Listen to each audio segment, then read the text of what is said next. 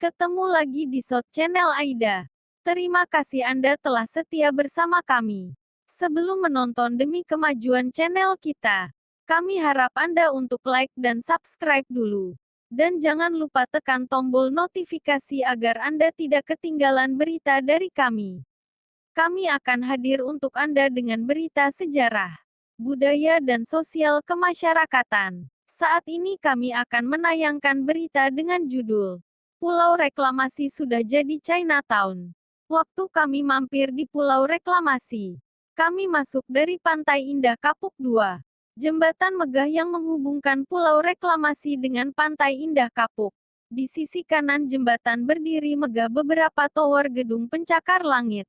Gedung yang berdiri dengan pongahnya, sambil menantang angkasa, yang diusung anak manusia sebagai simbol kesuksesan dan kekuatan finansial. Sampai di tengah jembatan kita mulai bisa menikmati keindahan Laut Teluk Jakarta di kiri dan kanan jembatan. Setelah kita mulai masuk jembatan dengan arah menurun, kita mulai disuguhin ruko-ruko perkantoran yang cukup megah. Untuk memutarin pulau, kami langsung berbelok ke kiri. Sambil memutar, di sisi kiri jembatan, ruko-ruko berjejer rapi menunggu calon penghuni. Ruko 3 dan 4 lantai dibangun berjejer di sepanjang jalan. Semuanya menghadap ke jalan raya, dan tertata rapi di kiri dan kanan jalan. Sehabis melewati ruko pertama kami melihat suatu tangga. Di situ kami naik ke atas. Rupanya tangga tersebut adalah dam penahan ombak, yang di atasnya dibangun tempat jalan kaki santai atau jala santana.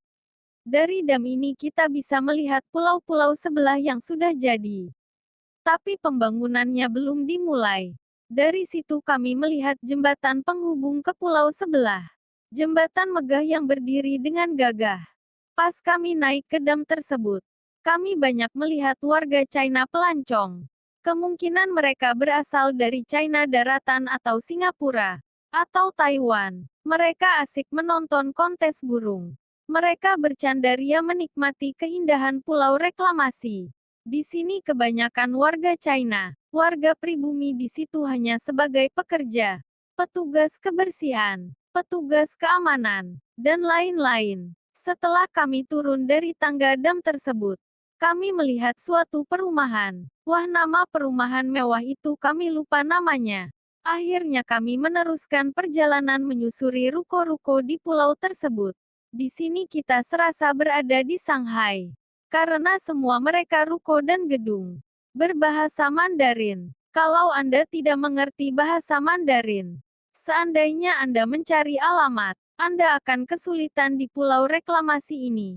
Saya hanya paham tulisan yang tertulis di pelang Indomaret, JNE dan lain-lain. Satu outlet Indomaret yang berdiri di Pulau Reklamasi. Selebihnya bangunan ruko dan gedung bertulisan Mandarin semua. Terus kami melanjutkan perjalanan. Kami sampai di bawah jembatan penghubung ke pulau sebelah. Kami berbelok ke kiri. Kami bertemu sebuah food kuliner yang bernuansa oriental. Bangunan ala China yang berdiri sebagai gerbang. Dengan pernak-pernik warna khas China. Atau mungkin di dalamnya seperti sebuah pasar malam. Terus kami melakukan perjalanan berbelok di bundaran. Kami menemukan semacam teater. Apakah itu bioskop atau arena pertunjukan seni China? Karena kami melihat dari jalanan. Selanjutnya kami melihat jejeran ruko-ruko dengan ornamen China di sepanjang jalan. Ruko-ruko yang belum penuh atau belum ditempati oleh penyewa. Dan di sebelah kanan kami ada kuliner Mandarin ala kaki lima di sepanjang jalan. Sampai akhirnya kami menaiki jembatan penyeberangan ke Pantai Indah Kapuk 2. Melintasi jembatan sepanjang 500 meter tersebut butuh waktu 5 menit. Kami puas mengelilingin pulau reklamasi tersebut. Kami melihat pembangunan yang pesat. Walau semua properti tersebut belum terhuni semuanya. Cuma kami heran, kenapa nuansa Mandarin terlalu kental di pulau reklamasi. Apakah ini hunian eksklusif untuk warga China di Indonesia? Sampai-sampai hampir semua merek ruko dan toko beraksen Mandarin. Padahal berdiri di wilayah Indonesia. Kenapa mereka tidak menamai dengan nama Indonesia? yang lebih nasionalis dan kental aroma persatuannya. Bau aroma eksklusif Mandarin sangat terasa. Seharusnya yang gaya-gaya begini harus dihapus di Indonesia. Supaya tidak ada sekat di antara semua penduduk Indonesia. Pakailah aroma Indonesia. Jangan bawa aroma nenek moyang ke Indonesia. Kalau mereka keras membawa aroma Mandarin ke Indonesia, niscayalah rakyat Indonesia akan antipati ke mereka.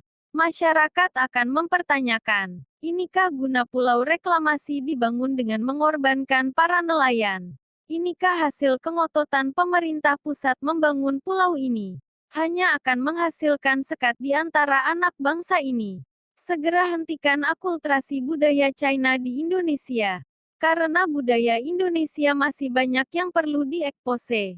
Demikianlah tayangan pendek ini. Agar bermanfaat untuk kita semua. Sampai jumpa lagi di kisah yang